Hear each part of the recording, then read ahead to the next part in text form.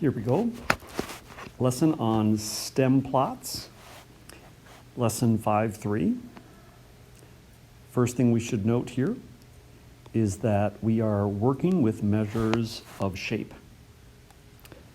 Missed an S there, apologies.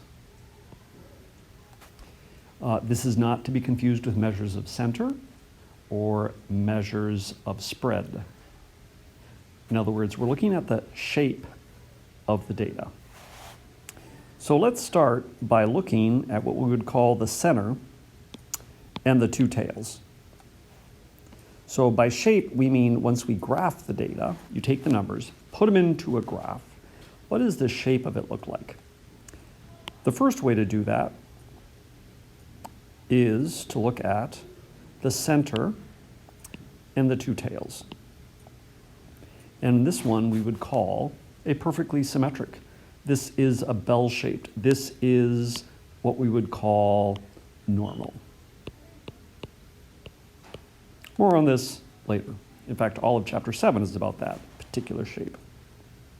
If your graph is not normal, then our center is kind of off to the right, but that's because somebody's grabbed the left tail and stretched it. So that's why we say it's skewed to the left or skewed to the lower values. And then similarly, if somebody stretches to the right, then we say it's skewed to the upper values or to the right. All right? So, when you're finished gathering the data, either the summary data from the centers, mean, median, mode, range, all that, or you've built a graph, one of the things they're going to start to ask you to do is to summarize the data. How to summarize data? So the first thing that you should look for is the skew. Remember, we can also look at the mean and the median to tell whether or not what the skew is. We don't need the shape, but certainly if we have the shape, that confirms it. Which way is it skewed?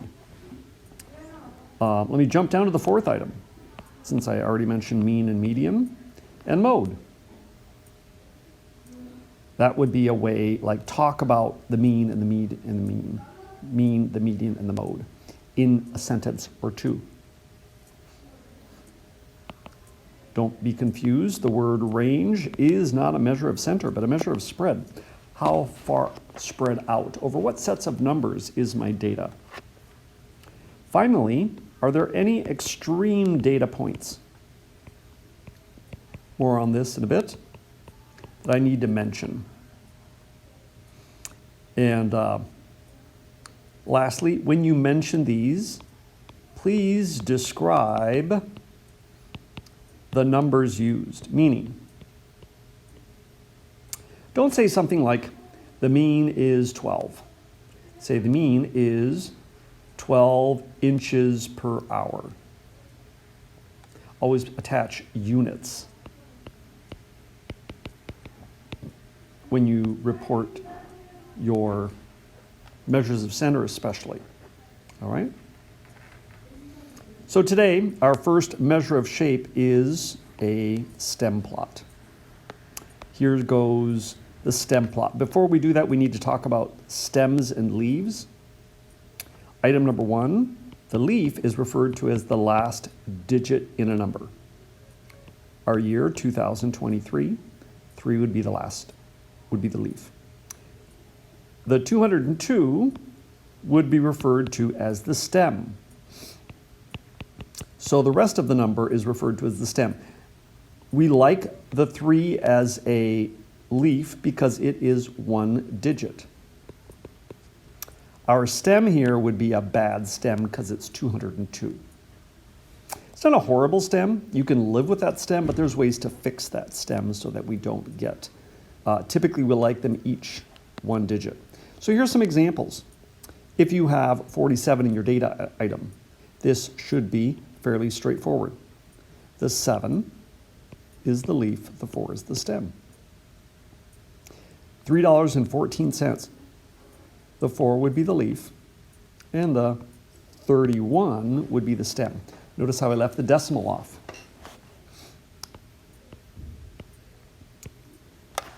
Hopefully that makes sense to you.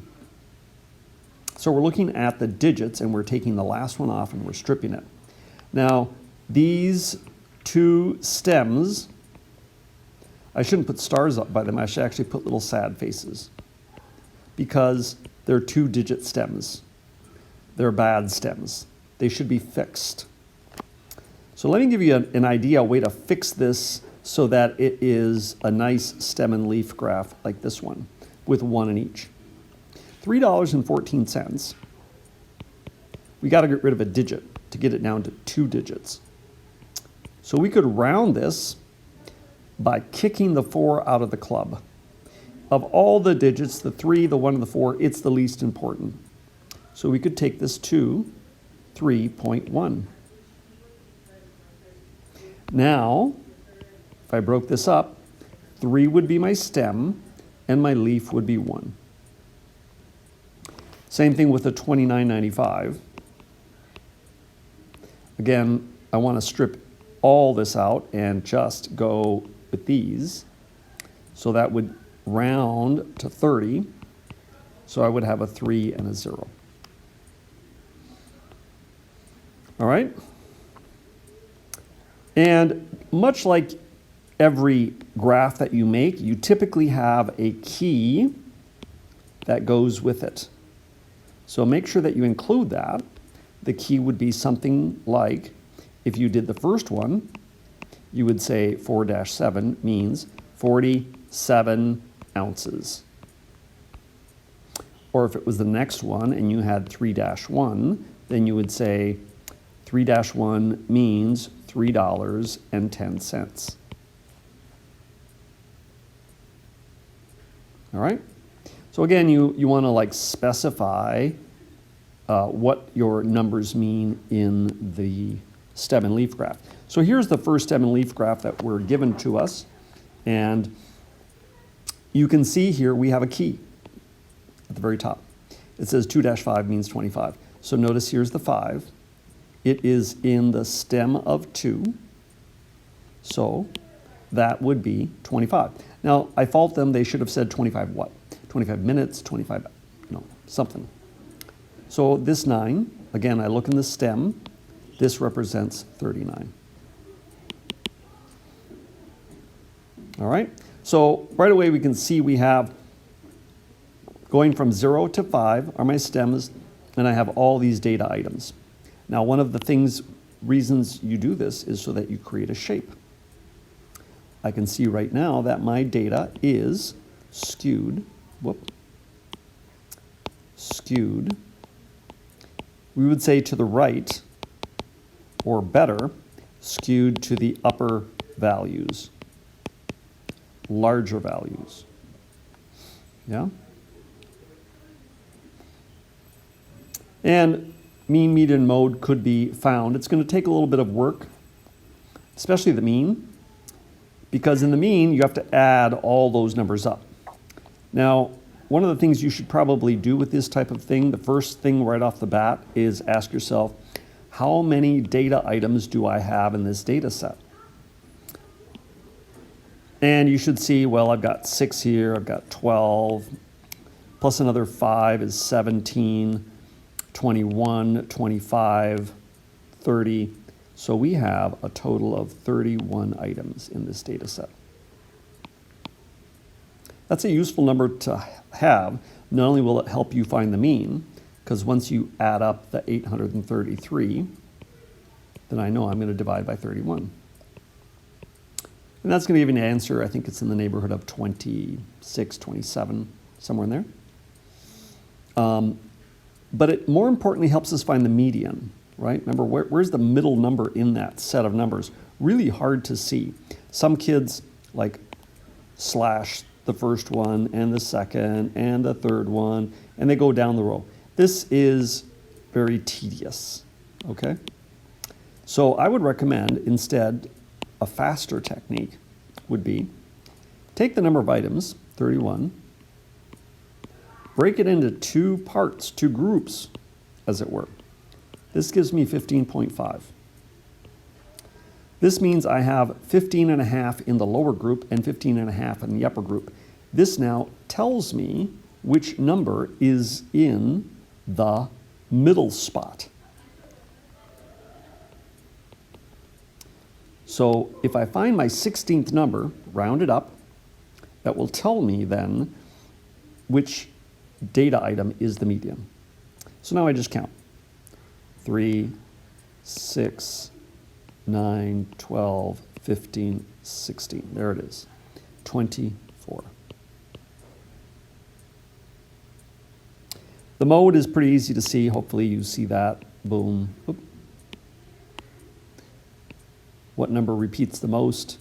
Looks like in that row I've got 3 7s. Nothing else has 3 7s, so my mode is 17. All right, so there's how we gather data off of a stem and leaf. Now how do we make a stem and leaf? Here is a bunch of data. Item number 1 we want to do, find the minimum and the maximum. Okay, min, max. I'm going to come over here now and build my stem and leaf. Stem on this side, leaves on this side. We need a key at some point. But before we do the key, let's do the 1 and the 6. So 1, 2, 3, 4, 5, 6. Why? Because I got to go from 10 to 60. First thing I'm going to do now is I'm going to start on this end and I'm say how many 10s do I have? I got 18, I got 10, I got 19. So I got 0, 8, and 9. Notice how I put those in order.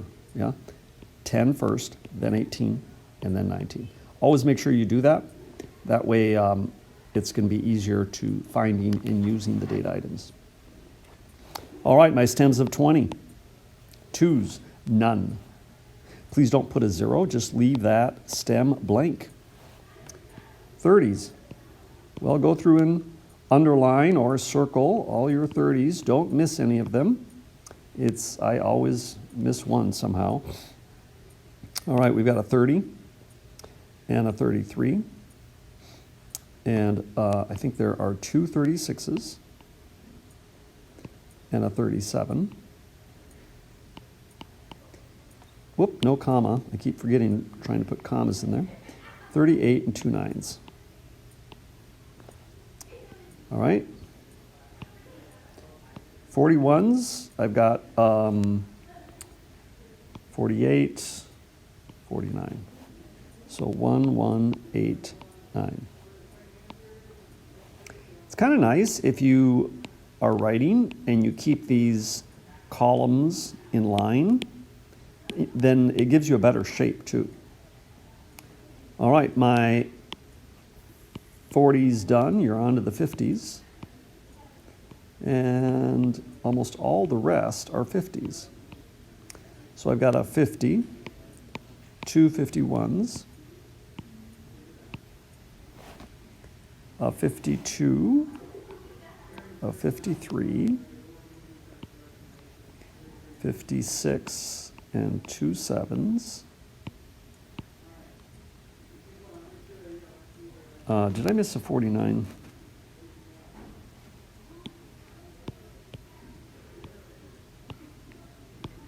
No. Okay. We got it all. And then don't forget a 60 and a 61. All right. I have now collected all my data into a stem and leaf. We can now look at the graph and kind of tell the shape of the graph. Is this skewed left or right? It's really hard to tell from this picture, but you should say it looks centered, sort of. I think we are skewed left. I think this gap is going to make it skewed left. To know that for sure, that it's skewed left, I would need to find the mean and the median and compare those numbers. Okay, to make certain of that. Here would be a sentence I could write down about pet visits. Okay, one of my summary statements. The pet visits, measured in minutes, is skewed left. All right. We don't want to say just bare sentences like the data is skewed left. No context, right? So we need to make sure that we get the words pet visits and minutes in there as well. The most popular, here's another sentence I started writing. The most popular minutes used for pets was, you could say 30. Well, it's in the 50s or the 30s. 30s and the 50 minutes. Or you could specifically say there are two 39s, two 36s, two 41s, two 51s. So there's kind of like 4, but in general, we can see that the mode, the most popular one, is the 50s and the 30s. All right, a couple other things when you build stem and leaf graphs. Well, maybe just one more thing. My graph on the left is a bad graph. The one on the right is a good graph. The reason the one on the left is bad is because the shape of it looks really normal. And the reason it looks normal is we have very few stems. I've only got 4 stems. All right, so number one, if you want a good stem, your number of stems should be greater than or equal to 6. Here I've got, looks like 7 different stems. Now notice these 2 data items are the same data items. They're the exact same values. I've just split them. What does it mean to split the data? Well, this was all the 20s. Here we took the 20s and broke them into 2 groups, 20 to 24, 25 to 29. And again, the 30s are broken into 2 groups, the 40s. 50s are only one group because notice I don't have anything larger in the upper half of the 50s, so I don't need a secondary group. Does that make sense? And now we can clearly see my data is not centered. My data is skewed left. I have a mode in the upper 30s and the upper 40s, yeah. In fact, 47 would be an excellent mode to report. All right. Again, data item like this, you want to convert that, switch it over. Good luck in your homework as you work on building stem plots.